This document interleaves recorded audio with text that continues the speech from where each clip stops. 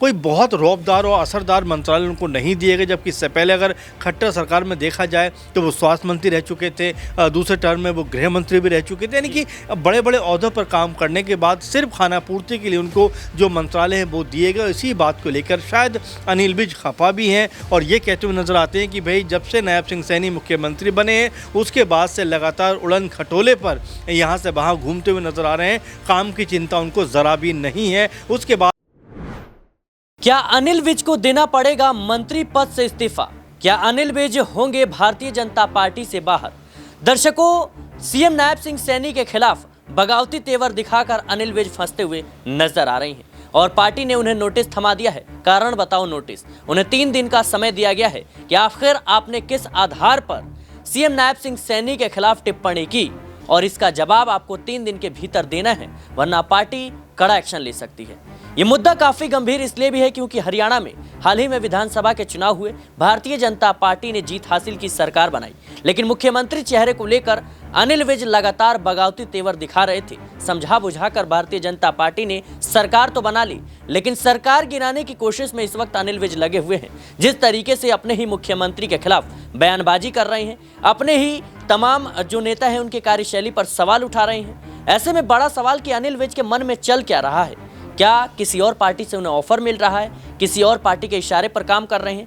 अनिल विज ने नायब सिंह सैनी पर ऐसे वक्त पर हमला किया जब दिल्ली में विधानसभा के चुनाव की तैयारी हो रही थी, पार्टी चुनाव में व्यस्त थी। सीएम नायब सिंह सैनी खुद जनसभा रैली करते हुए नजर आ रहे थे, लेकिन आखिर ऐसे समय पर अनिल विज का यह बयान देना क्या पार्टी के लिए घातक साबित हो सकता है?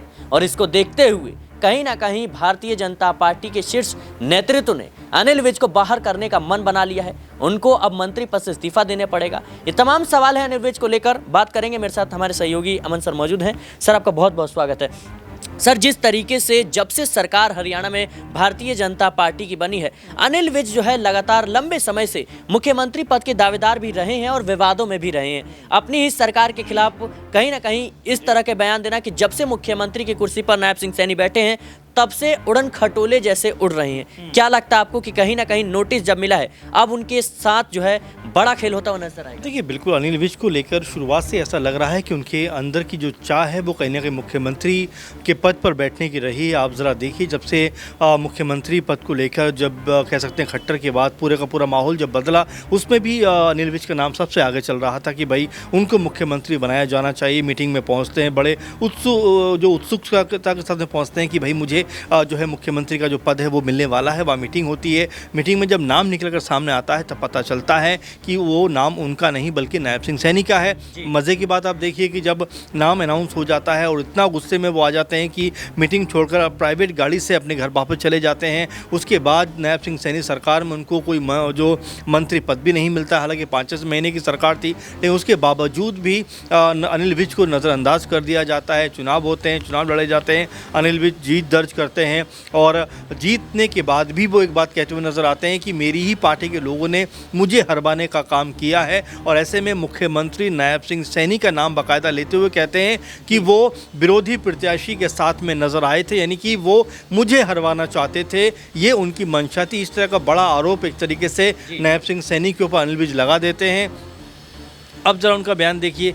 लगातार ये बात कहीं ना कहीं देखने को मिल रही है कि नायब सिंह सैनी के मुख्यमंत्री बनने के बाद वो बेहद खफा भी दिखाई पड़ रहे हैं। शायद ये सोच रहे होंगे कि आलाकमान को मेरे नाम पर विचार करना चाहिए था, मुझे जो है हरियाणा का मुख्यमंत्री बनाया जाना चाहिए था, लेकिन आलाकमान ने अनिल विज के नाम पर ज़रा भी फैसला नहीं किया, ज़रा भी मंथन नहीं किया और यहाँ पर नायब सिंह सैनी के नाम पर ही अमित शाह और तमाम जो बीजेपी के बड़े नेता हैं उन्होंने मोहर लगाते हुए नायब सिंह सैनी को हरियाणा का एक बार फिर मुख्यमंत्री बना दिया। इसके बाद जब अनिल विज को मंत्रालय भी दिए गए, मंत्री भी बनाया गया, तब उनको ऊर्जा मंत्रालय दिया गया, उनको जो है परिवहन में कह सकते हैं काम दिया गया। तो यानी कि कोई बहुत रौबदार और असरदार मंत्रालय उनको नहीं दिए गए, जबकि इससे पहले अगर खट्टर सरकार में देखा जाए तो वो स्वास्थ्य मंत्री रह चुके थे, दूसरे टर्म में वो गृह मंत्री भी रह चुके थे। यानी कि बड़े बड़े ओहदों पर काम करने के बाद सिर्फ खानापूर्ति के लिए उनको जो मंत्रालय है वो दिए गए। इसी बात को लेकर शायद अनिल विज खफा भी हैं और ये कहते हुए नजर आते हैं कि भाई जब से नायब सिंह सैनी मुख्यमंत्री बने हैं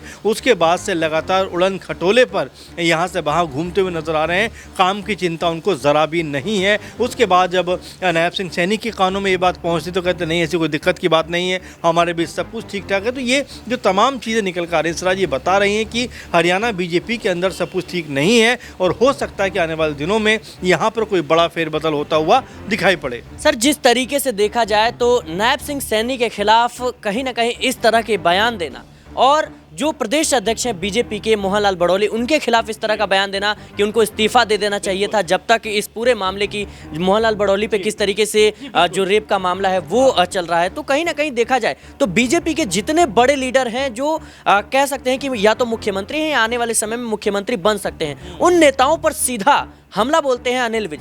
क्या लगता है आपको कि कहीं ना कहीं उनके मन में जो एक खटास है वो देखी जा रही है और इसको देखते हुए पार्टी अब उन्हें बाहर का रास्ता दिखा सकती है? बिल्कुल बिल्कुल, और ये बात कोई नई नहीं है, हमेशा से अपने बयानबाजी को लेकर कह सकते हैं अनिल विज चर्चाओं में बने रहते हैं और जब भी बयान देते हैं, जब भी कोई बात रखते हैं, कहीं ना कहीं विवाद का विषय बन जाता है। और ये बात लगातार देखी गई है कि विरोधी खेमों पर तो जमकर बरसते ही हैं, लेकिन अपने नेताओं के ऊपर भी बयानबाजी करने से ज़रा भी नहीं चूकते। जहाँ भी कोई गड़बड़ देखते हैं, कोई दिक्कत परेशानी देखते हैं या ऐसा लगता है कि उनको नज़रअंदाज किया जा रहा है, तुरंत वो बयानबाजी करते हुए नजर आते हैं, तुरंत वो बयान देते हुए नजर आते हैं। अब जरा नायब सिंह सैनी को देखिए, राज्य के मुख्यमंत्री है, लेकिन उसके बावजूद जिस तरह के वो शब्दों का इस्तेमाल करते हैं, जाहिर बात है कि ये बताता है कि अंदर से कहीं ना कहीं उनके अंदर गुस्सा भरा हुआ है।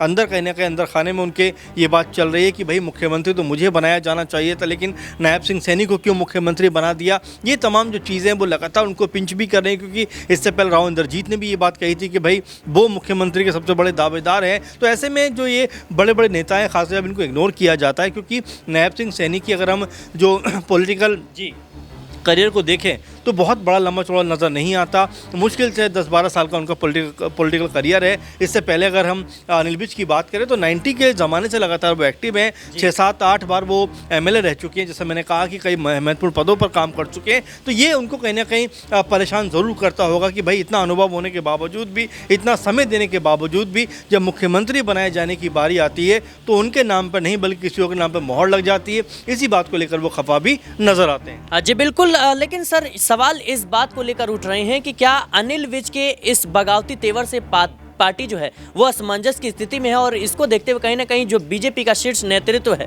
उसको कहीं ना कहीं अब अनिल विज को साइड करने की प्लानिंग जो है चल रही है। साइड लाइन की बात जहाँ तक कह रहे हैं आप, देखिए वो खुद ही साइड लाइन है। जैसे मैं आपसे कह रहा हूँ कि इतने बड़े लेवल के नेता, कई महत्वपूर्ण पदों पर काम करने वाले नेता, कह सकते हैं सबसे वरिष्ठ कह सकते हैं नेताओं में इस समय हरियाणा में अगर देखा जाए तो उसमें शुमार है। लेकिन उसके बावजूद भी आप ज़रा देखिए जिस तरह से उनको छोटे मोटे मंत्रालय देकर साइडलाइन किया गया, क्योंकि मैं खट्टर की बात आपको बता रहा था, खट्टर अनुभवी नेता, और जिस तरह से उन्होंने भी अपनी सरकार में अनिल विज को महत्वपूर्ण पदों पर काम करवाया, वो ये बताता है कि वो अनुभव की कदर करते थे। लेकिन यहाँ पर जो पूरा मामला उल्टा है, क्योंकि नायब सिंह सैनी ना तजुर्बे में उनसे कम है बल्कि उम्र में ही बहुत छोटे हैं। तो ऐसे में अनिल विज को ये लग रहा है कि उनके साथ नाइंसाफ़ी हो रही है, इसीलिए लगातार इस तरह की बयानबाजी कर रहे हैं जो बीजेपी को परेशानी में डाल रहा है। बीजेपी ने अब जिस तरह से कारण बताओ नोटिस जारी किया कि भाई आप ये बताइए कि आपने किस कह सकते कारण इस तरह के जो शब्द या इस तरह के जो बयान है वो दिए हैं। मुख्यमंत्री को घेरा है, आपने अपनी पार्टी के नेताओं को घेरा है, जो प्रदेश अध्यक्ष हैं बडोली उनको घेरा है। तो ये तमाम जो पहलू हैं ये कहीं ना कहीं ये बता रहे हैं कि अनिल विज की जो बागी सुर हैं वो पार्टी के लिए भी परेशानी का सबब बन रहा है। पार्टी उसके ऊपर क्या कह सकते हैं कार्रवाई करती हुई नजर आएगी, ये देखना होगा। साथ में जब कारण बताओ नोटिस जारी हुआ है तो क्या वजह अनिल विज बताते हुए नजर आ सकते हैं, ये भी बड़ा दिलचस्प होगा देखना, क्योंकि अनिल विज जिस तरह से नाराज नजर आते हैं कोई बड़ी बात नहीं कि वो सरकार से भी अपना दामन छुड़ाते हुए नजर आए। जी बिल्कुल दर्शकों, अनिल विज को लेकर अब हरियाणा की राजनीति में कई सवाल उठ रहे हैं, जहां एक तरफ अनिल विज अपने ही मुख्यमंत्री के खिलाफ बयानबाजी करते हैं और कई गंभीर आरोप लगाते हैं, तो दूसरी तरफ देखा जाए तो भारतीय जनता पार्टी की तरफ से उन्हें कारण बताओ नोटिस जारी कर दिया गया है। 3 दिन की मोहलत है, जवाब देना पड़ेगा वरना बीजेपी उनके खिलाफ बड़ा एक्शन ले सकती है। और कहीं ना कहीं जो अनिल विज अभी मंत्री बने हैं और कहीं ना कहीं पार्टी के एक वरिष्ठ नेता हैं, उनको कह सकते हैं कि पार्टी से साइडलाइन भी कर दिया जा सकता है।